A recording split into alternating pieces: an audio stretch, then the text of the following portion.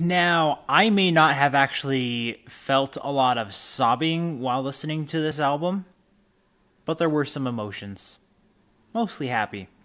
Because anytime John Mayer releases something, brings a smile to my face.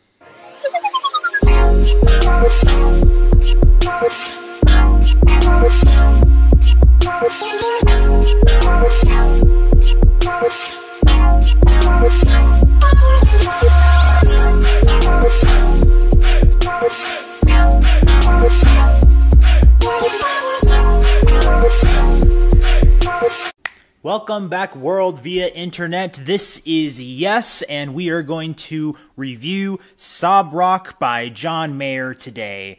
This is one I had been looking forward to for a very long time.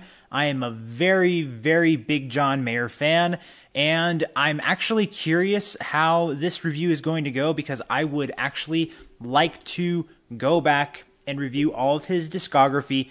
But for now, we're going to review this album first and see how that goes. It's one I've been looking forward to for a while. This is the 8th album by John Mayer, and I feel ecstatic to be able to review something like this. To be honest, I wasn't sure what direction he was going to go. One, based on the type of music he was releasing as singles beforehand. Also, I was a little perplexed after he released his 7th album, The Search for Everything, which I like, but I don't love as much as his other albums, so I was not 100% sure what I was going to expect when listening to this. But there was something about it that said, hey, you've got me intrigued, so just prepare yourself. Which was hard because I was not trying to get my hopes up, despite the fact that I do believe that John Mayer does not really do much bad work, if at all, with his music. So, what do we got here? I say we have an album here that basically delivers what its marketing expected you to think it was. A lot of the advertising said sob rock, it's like dad rock or mom rock. It's basically a lot of stuff that, in a way, reminds you of 80s music. And in a way, he does deliver that. And in some other ways, he's just kind of doing what he normally does, with just a little bit of a twist. John Mayer's soft rock is definitely what I prefer, but he also does include some of his blues and bluegrassy, country-oriented style in here, which I like. I prefer the soft rock acoustic stuff a little bit more, but he still does a good job on that other side. The first thing that was definitely a selling point was his release of the track New Light.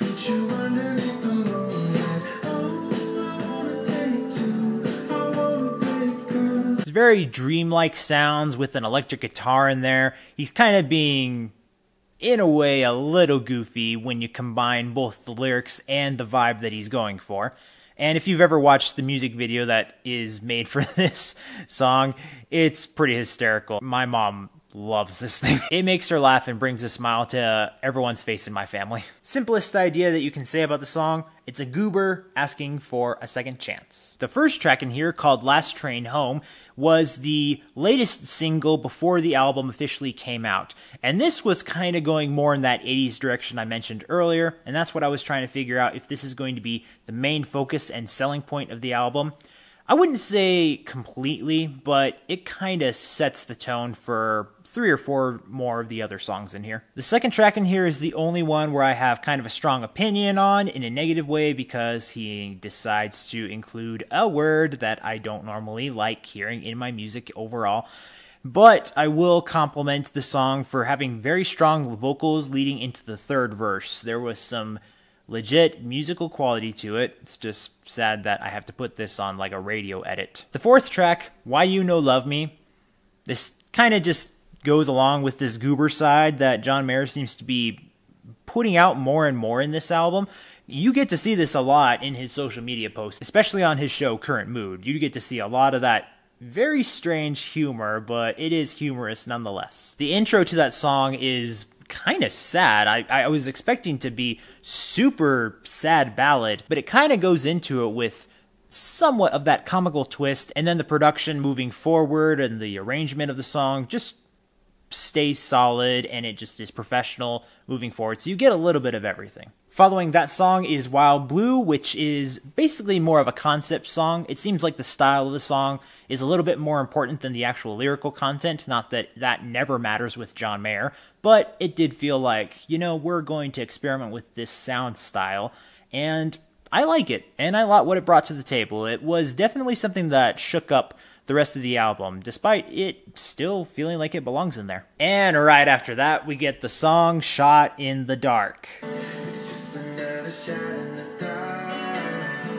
It's just another shot in the dark. This actually might be my favorite one of all. I love New Light a lot, but this is one where I'm like, John, this is one that is going to be cemented as one of your best in your discography. I believe that very firmly. And the outro for this song is wonderful. It's beautifully, beautifully arranged. It actually made me want there to be a fourth and fifth verse going on. It's like, why were you holding out on there? The song's already good for the first two verses, but then leading out into it, it's just like, all the emotions just going up and lifting me forward. And I was like, I didn't want it to end. I really didn't. I love it. I feel like someone should use that soundtrack on a loop for a beat of some kind. Someone do that, please. If not, I'll find a way. Right after that is the track I Guess I Just Feel Like. Now, this song was released as a single pretty early on in 2020, I think, at some point. And I had a friend who's also on YouTube who didn't necessarily like the song, and I completely understood why he said the things that he did. And for me, I didn't dislike the song, but I did have an awkward feeling because I didn't understand why this was released as a single. Now, not every single that's released needs to be a pop hit, but I didn't really feel like this was the thing that was going to shout, hey, remember to keep John Mayer in mind while he prepares the rest of the album. I felt like this was more of a song where he could have just kind of let it be, and this is not necessarily a filler song, but it's kind of a very slow-going song, and it works really well in the album. If this was supposed to be a high prospect single, I don't see it. But as a song contained within this album, I say it's a success. I think it flows really well. And then right after that, Till the Right One Comes, this one speaks to me very heavily and probably to a lot of other people out there.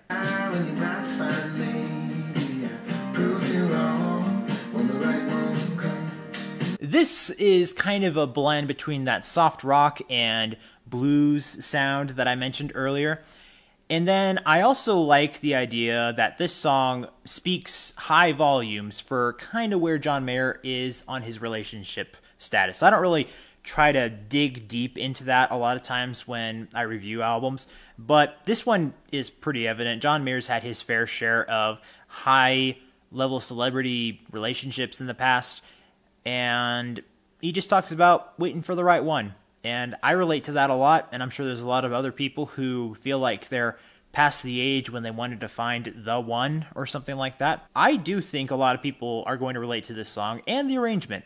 I like the arrangement very much. Some light piano, some good subtle guitar in there, and some interesting production with these windy vibes. I'm not sure what it was, but it worked out really well. Good complementary sound for the song. And then we get into the last track, All I Want Is to Be With You. Now, listening to this album over and over in order to make sure I knew how I wanted to recommend this album, this is the only one where I felt like the song as a whole, I wasn't sure if I was feeling it entirely. And after thinking about it for a while, it dawned on me, you know, this song isn't bad at all, but it doesn't feel like it belongs in this album. I personally feel like this is way more influenced in the realm of the Paradise Valley album. And there's nothing wrong with that. I just don't feel like this took as much of an influence from the concept of this album. So in a way, I feel like it doesn't fit. But now I can happily say I like the song, but when I'm looking through the prism of this album as a whole, it does feel like it's weighing it down because it doesn't feel like it ties into the album all that much. And that's totally subjective. Maybe for the rest of you, you love it, and great. I like that. And again, I do like this song. I just don't think it fits. Been a while since I've tried to break down almost all the songs in an album, but the only thing I'd really like to say is that I like this album also just for including instrumental bridges. There's a lot that I've been able to find recently this year, but in an overall sense, it feels like a lot of people just don't really care about including them all that much. But John Mayer knows exactly when to do them and how to do them. So thank you for doing that. After having listened and reviewed this album, I'm going to give production an A, creativity an A, expression and lyrics an A, and how would I recommend this album? I'm going to give it a yeah. There's still a little bit extra things I wish could have been added in this album, but in reality, there's only a couple of things that would prevent me from giving this album a confident yes. And that makes me happy, because it means I can go back and listen to this album overall and really enjoy the songs. There's just a couple of things where it's just like, I can't confidently say that this is up there with some of my favorite John Mayer albums of all time, but it's still really good. You know how I know it's really good? Because I did this. I bought the album. Ha-ha! Gotcha there, didn't I? Yeah, I don't just buy the albums that I think are perfectly recommendable. I like albums by artists, even if they're not by my standards or opinions, impeccably amazing. This is a really good album still. I really like it, and it's John Mayer, so I had to buy it. And yeah. Like, go check the album out. As always, guys, thank you so much for watching. Be sure to follow me and my social media links down in the description below, and be sure to leave a like for the video as well as a comment down below if you want to engage with me. And remember, if you want to discover, promote, and review the best in entertainment, be sure to subscribe to this channel so you can get that yes in your life. See you next time.